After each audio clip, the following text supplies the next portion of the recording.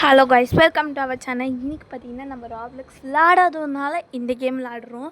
இந்த கேம் மொத்தம் 3 இதுக்குள்ளேயே வந்துடும். அதில் எல்லா கேமும் விளாட்டும். செகண்ட் கேம் மட்டும் விளாட்ல. மிச்சம் எல்லா கேமுக்கும் 2 பார்ட் 3 பார்ட் தேவைப்படும். ஆனால் செகண்ட் கேமுக்கு ஒரே வீடியோ, அதுவும் 5 நிமிஷத்தில் முடிஞ்சிடும். இது வேறு லோட் ஆகிட்டுருக்கு. இது நம்ம வந்து இப்போ கிராணி மாதிரி இங்கே ஒரு இது இருக்கோ, அது அங்கே பாருங்கள், ஒரே ஒரு மண்டை மட்டும் சுற்றுது பாருங்கள். அதுதாங்க இந்த கேமோட வில்லன். பார்க்க தான் பயமாக, ஃபஸ்ட் டைம் விளாடும் போது தான் பயமாக இருக்கும்.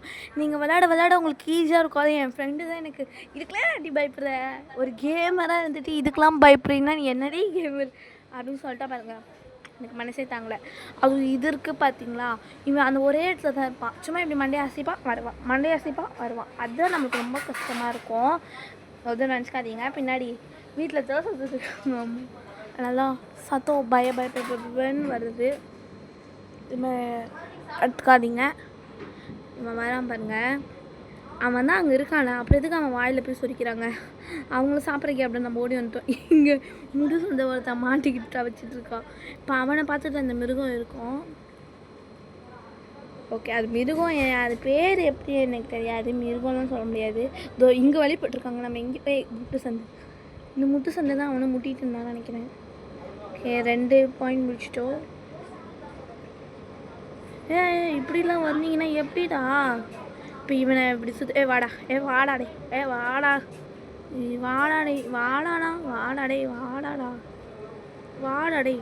ஓ, இங்கே ஒன்று வச்சுருக்காங்க. பக்கத்தில் ஏதோ ஒன்று இருக்குது, அதில் போயிடலாமா? டேய் வாடா. 2 பேர் வராங்க. இல்லை குதிச்சிடலாமா?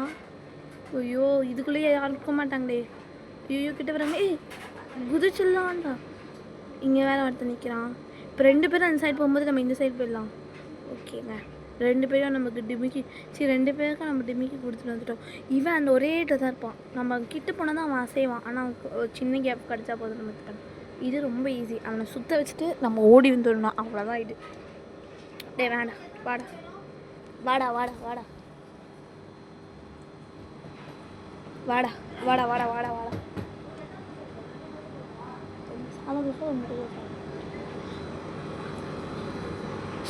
வாடாடே.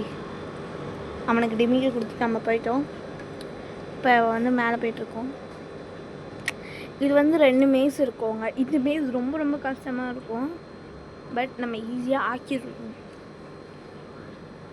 இல்லை ஒரு 3-4 பேர் இருப்பாங்கங்க. இவன் நீங்கள் வர வச்சுட்டு நம்ம இந்த சந்து வழியாக ஓடிடலாம். சரி, இந்த ஈஸியாக தானே இருக்குது. இது நான் ஃபஸ்ட் டைம் விளாடும்போது எனக்கு கஷ்டமாக இருந்துச்சு. என்ன வாய் அப்படின்னு நான் ஃபஸ்ட்டு போய் அவுட் ஆகிட்டேன். அப்புறமேட்டு தான் தெரிஞ்சு இங்கே ஒரு வழி இருக்குது. டேய் வந்தோடனே வந்துட்டான்டா. பார்த்தீங்கன்னா இவனுங்களுக்குலாம் மூளை அதிகங்க. நம்ம இப்படி சுற்றி வந்து அவங்களும் நம்ம ஷார்ட்கட்டில் வந்து நம்மளை கவிட்டு போயிடுவானுங்க. இப்போ 8 எடுத்துட்டோம். இன்னும் ஒரு எவ்வளோ எடுக்கணும்? 5 எடுக்கணுமா? அங்கே பாருங்கள், கொஞ்சம் நான் இதில் தான் கொஞ்சம் அவுட் ஆயிடுவேன்னு நினைக்கிறேன். வந்தோடனே வந்துடுவானா, அதனால தான் அவுட் ஆகிட்டேன். எதுவும் வச்சுக்காதீங்க. வந்த வெளியில் போன மாதிரி 4 யாரோ மார்க் போட்டிருக்காங்க. அது தெரியாமல் நான் இங்கே வழியே இல்லையடா. ஓ, இப்படி போடுமா? யப்பா. ஓடு. ஃபஸ்ட்டு இங்கே தானே அவுட் ஆகணும். அவன் இருக்கக்கூடாது. அப்படி திரும்பி இருக்கான். நம்ம இப்படி வந்துடலாம். ஓகே, இங்கே ஒரு சொட்டை தெரியுது. இப்படி வந்தா இங்கே வந்தா அங்கே மாறி வருவாங்க. ஓகே. உங்களுக்கு நடுவில் கொஞ்சம் ஸ்டிக்காய் வரும். ஏன்னா வாய்ஸ் நடுவில் எங்கள் அம்மா வாய்ஸ், தம்பி வாய்ஸ் நிறையா வரும். அதெல்லாம் இதுவாயிடும். நம்ம 10 வந்துட்டோம். இன்னும் 3 தான் இருக்குங்க. இப்போ இந்த ஒரு ஷார்ட்கட்டில் போகணும். இதுக்கு நம்ம எதாவது வந்திருக்கேன். நம்ம இதுக்குள்ளே போனால் அவன் வரமாட்டான். சேஃப் ஜோன் நிறையா இருக்கிறதுனால தான் நம்ம தப்பிச்சுக்கோ. ஏன்னா நம்ம கதை காலிங்க. அதுவும் இங்கே ஜம்ப் பண்ணால் இங்கேருந்து 10 மில்லிமீட்டர் தள்ளி போய் விடுவாங்கங்க. நம்ம விழுந்துட்டோமா, சேஃப் ஜோனில் நிற்கிறோம்.